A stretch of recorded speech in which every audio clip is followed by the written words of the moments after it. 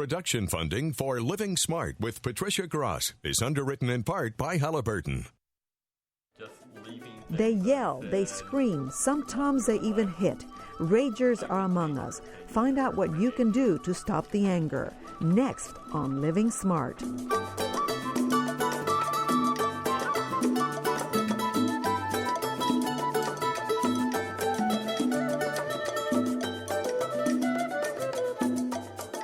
Hello, I'm Patricia Gras. Welcome to Living Smart, the show designed to help you get the most out of life. Today's guest, psychotherapist Newton Hightower, trains us to stop the anger and the rage. As the director of the Center for Anger Resolution, Newton Hightower knows what it takes to change the behaviors that cause so much harm in our relationships and our lives. So have pen and paper ready. We'll be giving you a list of resources at the end of the program. Wow. Look at that.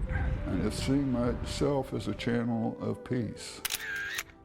Sometimes I just do that first line over and over and over again. Like St. Francis of Assisi, Newton Hightower loves animals. His favorite hobbies are bird watching and photography. But unlike Francis, he's no saint. Who wants to start this afternoon? Hightower mostly counsels men with anger and rage problems. And it just seems like once you made the commitment that you are and do have a problem, that you're under a microscope. As a therapist for almost 30 years, Newton Hightower founded the Center for Anger Resolution and recently wrote a best-selling book on anger busting. He did it after he found he had a rage problem himself. As a child, he had attention deficit disorder and also suffered from depression. To cope, he would get unusually angry. As an adult, he divorced twice and wasn't doing much better at work.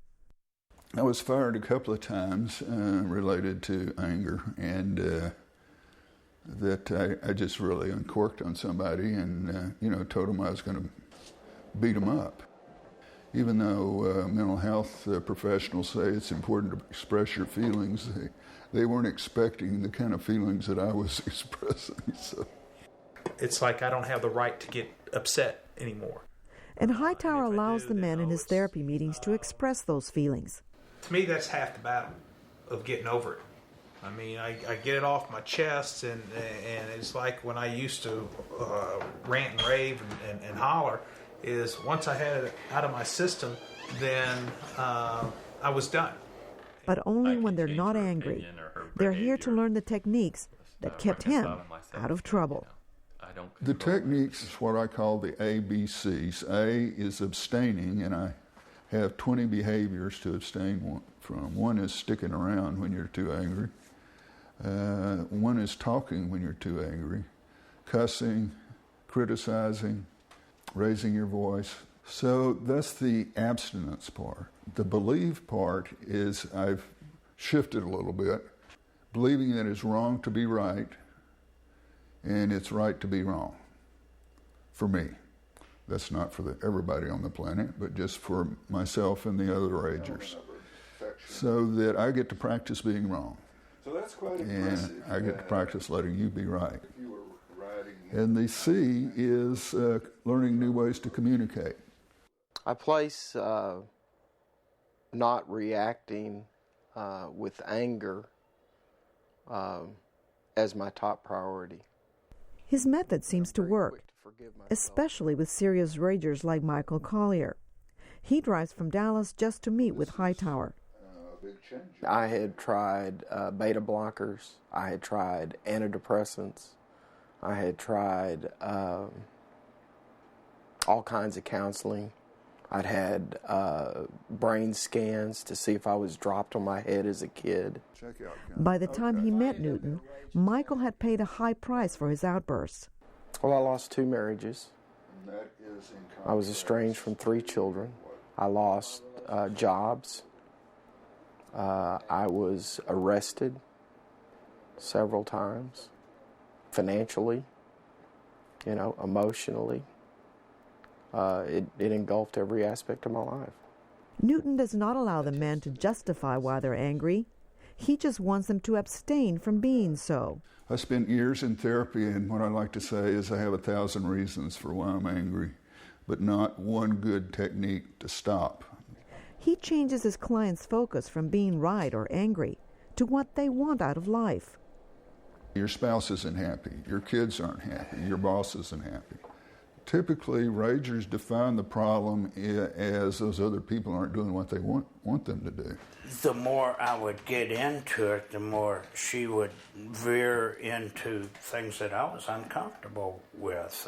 So Newton points out being right is not necessarily going to help you be happy. This man who wished to remain anonymous noticed a positive change in his own behavior after a few sessions.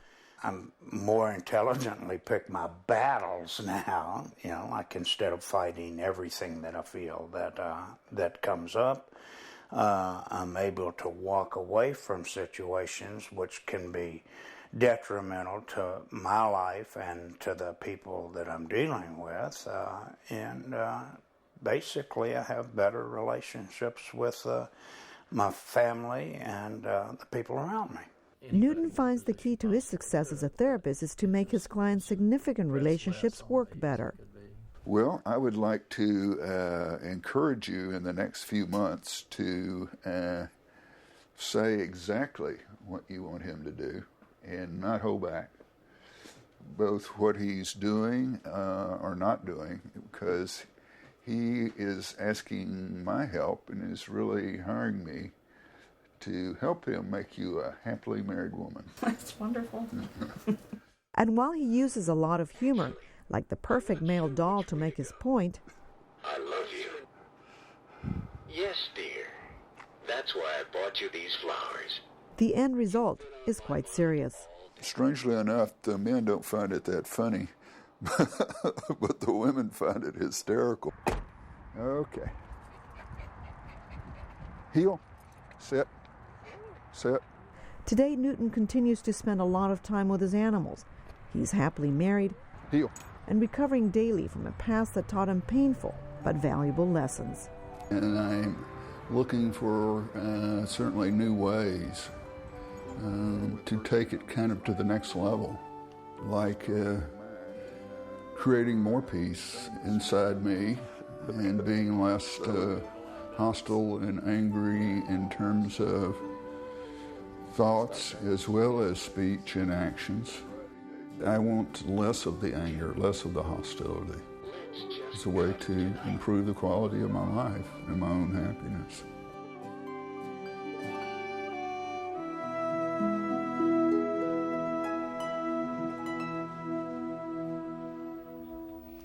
And welcome to Living Smart. Thank you. I think you fooled me because you're the nicest guy I've ever met. Surely there's a difference, Newton, between clinical anger, like the one that you're encountering every day in your office, right, and just regular anger. What is normal, what is abnormal, would you say, if you can talk about that? Because I think sometimes it's healthy to be angry. Yes, for most of the population, anger is not a problem. I would say the unhealthy part is when it starts interfering with your life. If you're in an extended stay motel and have a restraining order against you and your wife has filed for divorce and she tells you you have an anger problem, then it's likely your anger has obviously caused you a problem in your life. Right, right. So it's causing serious problems. Right, in your marriage or at work. So both of those. Can someone be addicted to rage? I believe that's a good way to think about it for those of us who have had or continue to have problems with anger, which is one of the characteristics for defining an addiction is that once you start, predicting the outcome is very hard to do, such as with alcohol. For an alcoholic, a person addicted to alcohol, when they drink the first beer, it's hard to predict what's going to happen. Similarly, with the rageaholic, once he starts to express his anger, to start throwing profanity in the sentences, to raise his voice, what's generally not going to happen is he's going to say one sentence, that he's going to rant and rave right, for a while. So I tell people with rage problems if it would be like, going to a detox unit with a case of cold beer and telling people we're going to learn how to drink appropriately here. You can't. No, you can't do it. Got to abstain, like you said. Yes. It's part of the ABC. Let's talk about the ABC. Okay. You said you had an old ABC and a new ABC. Tell me about the old ABC, and then we'll talk about the new ABC. Okay. Well, the old ABCs had to do with blaming and criticizing. So accusing, blaming, and criticizing. And somehow that didn't work very well in my life. And so I needed to develop an ABC to stay happily married and to be happier in my life, which was abstain from the expression of anger, all expression of anger, believe in a new set of values, and communicate with new phrases. You said believe in a new set of values. What are those new values, for example? Well, I used to have a long list, but I've condensed it in recent years. Right. The most important belief, I believe, for myself and for other men with rage problems is to believe that it's right to be wrong. Okay. And it's wrong to be right. And I'm better off being wrong because when I'm right, I'm dangerous. Right. Dangerous and mean, and it ruins your relationships. Right. Let's talk about the most important of the three. I mean, what's the hardest for the man that you see to do out of those three? Is it the abstaining? Well, I'm a little bit biased because a guy last night in group was having a hard time with what I call the W word, which is saying, I am wrong. Mm-hmm. He was saying that he didn't like to say that, and it felt awkward for him. So and it was very difficult for me too. It's like I had to get in front of the mirror and practice wrong. It was like a word that had never come out of my mouth. Right. So generally that's a word and a phrase that you're not used to. Not used to. Right. And so it's a very important one, though. Right. To be able to say that and to mean it. Right. And to be able to give a specific example of how it's, to your wife that I was wrong because I shouldn't have. So even if you are right, you are choosing to say I'm wrong because, hey, in the long term, it's going to help your relationships. Well, yes, there's a little. That's partly true, and the saying "you're wrong" is taking a little bit of a one-down position, and it typically those of us with anger problems, when we think we're taking a one-down position, we're maybe just approaching even. Okay. So if we aim at taking a one-down position, and generally to be looking for mistakes we made, there's always a way that I find that I can find some part that I was wrong. Yeah. Okay, all right. So you learn a little bit of humility. Humility in this process. Is very important, and even a tiny bit can help. But that's, you hit it right on the head. Right. Humility doesn't come easily to selfish, self-centered, self-absorbed, narcissistic men. Oh, they're not that bad. Let's talk about women. Why don't you have more women in the? Are men naturally angrier than women? And if they are, why is that? Because I don't see any women in your practice. I mean, you see the woman that wants her husband to behave, which is fine, right? Well, I have limited my practice to men. Okay. And that's simply because I can get away with saying things to men that I can't get away as a man saying to women. Okay.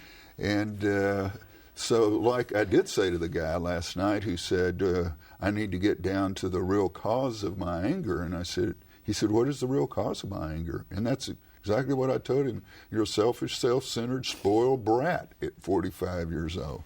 Now, I could not get away with saying that to a woman. Why not? It can be true. I mean, yeah. I mean, I like to think that we're better, but hey, there are women who are like that. Yes, but not coming from a man. Better from another woman. A woman to woman. But do you find women tend to be less angry than men in general, or is it half and half? Do you know? Well, I think the difference is that there is an intimidation factor. If we talk about the more serious aspects of domestic violence, when a man hits a woman, he's 7 times more likely to cause her injury than when a woman hits a man. Right. And that certainly the half of the men who go to the emergency room have not been injured by women, whereas half the women that show up in the emergency room have been injured by men. By men, that's right. So when a man stands up, it is intimidating because if he loses it, there is the implied threat there. You've helped thousands of men with this problem. How quickly do they turn around? I mean, do you have a good success rate? Do you see that the ABC does work? And what is your success rate? Well, what I say is that the method is, there's no way for the method not to work. If you abstain from expressing your anger, and if you start communicating in a kinder, softer way, it's going to work. It's going to work at work. It's going to work in your family. Now, the motivation then becomes the key factor. So, I tell the wives, you provide the motivation, I'll provide the therapy. Okay. So it works as a team. You have to have the wife or the significant other as part of the process. Well, sometimes the motivation is, and I'll tell the man in front of his wife, or I'll tell the wife in front of the man that this guy needs pre-therapy treatment. And I'll hand her a pencil and paper, and I say, this is the number you need to call to get pre-therapy treatment. And she'll say, okay, I'm ready. And I'll say 911. Right. That's serious. I've never seen a guy that needs a ride to the Harris County Jail worse than your husband. And when he gets out, hand him my card. Right. And he'll be more in the mood for therapy. What do you say to men who refuse to admit they have an anger problem? It's everyone else's fault. It's not my fault. Right. What do you tell them? Well, I tell them those are people who they suffer from a more serious form of something we all suffer with. I heard a joke last night in my men's group that says, how does a narcissist change a light bulb? And which is that he hangs onto the light bulb and waits for the rest of the world to rotate around him.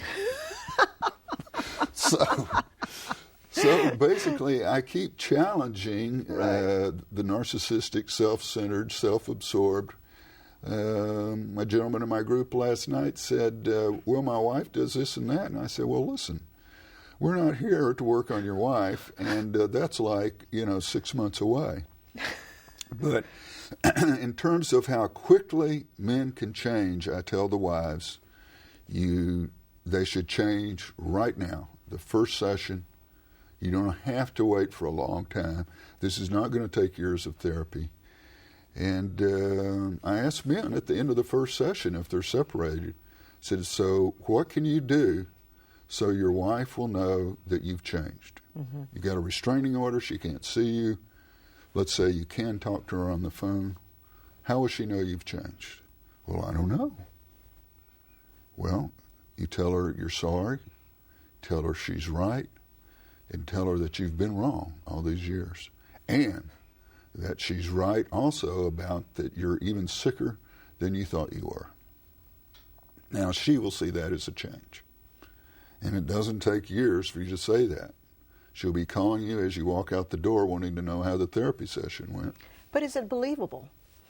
Well, I tell guys, you need to believe it, and you need to give examples, and you need to be serious about this. This is not just a con, it's the truth. Okay. What's the most difficult case that you've ever had, and how did you overcome it? Well, I think probably the most difficult cases that I have are where alcohol is involved. Now, the clients may not be alcoholic, but people who have a impulse problem, and ragers have problems with impulsivity. In other words, they explode. Mm-hmm. It surprises them. And alcohol makes the impulsivity worse. So if both members of the marriage are drinkers, let's say they're not real alcoholics, but they're social drinkers. They're serious drinkers. When they go to a party, they have 6 or 8. And on the way home, they get in these terrible fights, and they're weaving all over the freeway, slugging each other. And they don't know how those things happen. It's very difficult to persuade them it might be a good idea to give up drinking. Mm-hmm. And sometimes I tell them, I can't help you. Right. So I had a guy who came back to therapy after 3 or 4 years. I hadn't seen him. He'd given up drinking. Okay. That's when you can start helping them. Right. But Newton, do you teach these men, because most of them are your clients are men, what a healthy relationship is like? Because obviously if they've been raging all this time, they're not in healthy relationships. Right. Well, I think I start with just the very beginning. And so that to start with, I tell them for 90 days they're going to learn kind of like the basics for them. And then we'll be learning about what I call the postgraduate course. But the basics are, to start with, are 2 words: shut up, And when you feel yourself angry, shut up. When you feel like you want to express your justification and reasons for doing what you did, shut up. When you feel like you want to cuss, shut up. So that is the beginning of a healthy relationship for ragers. Right. Now, what I call the postgraduate course is asking maybe for change from your wife, telling her things that you're uncomfortable with, without starting the sentence with criticism, blame. But that comes later. It's my difference as a therapist from other therapists is the approach that you stop the anger first before you start all that. And that I don't teach men the appropriate expression of anger. I don't think there is such a thing with rageaholics. You have a plan for women to train their partners too about anger. Right. What are some of the things you teach the women? Well, I have the ABCs from women. The first thing is to abstain from certain phrases and actions like, tell me how you really feel. Oh, God. Us ragers love that invitation. You never, don't run out on me. We're not through with this conversation. You're not going anywhere. If they want to leave the room or leave the house, let them, because you don't want them around when they're angry. Okay. So there's one of the ones I've never quite understand is go ahead and hit me because I know that's what you want to do. But women frequently... they push those buttons. Yeah. They push those buttons. So that would be the abstain. The believe is, is believing that it's okay for him to change to please you. Okay. Now I want to ask you one last question. How do Sure. you know you're living smart? The way I know I'm living smart is I keep the lid on my pressure cooker. That's a good one.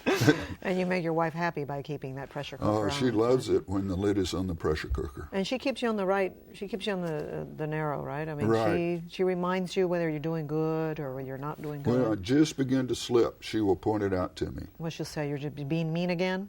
Yes, she'll say, I think you're being mean again, you're talking mean, and you're raising your voice. And you get back on track. And I say, I'm sorry, sweetheart. I love that. Thank you so much, Oh, Newton, thank for you. being here. Thank you. And for more information on Newton Hightower Center for Anger Resolution, you can call 1-877-NO-ANGER. That's 1-877 662-6437. Visit their website, angerbusters.com, or check out his book, Anger Busting 101.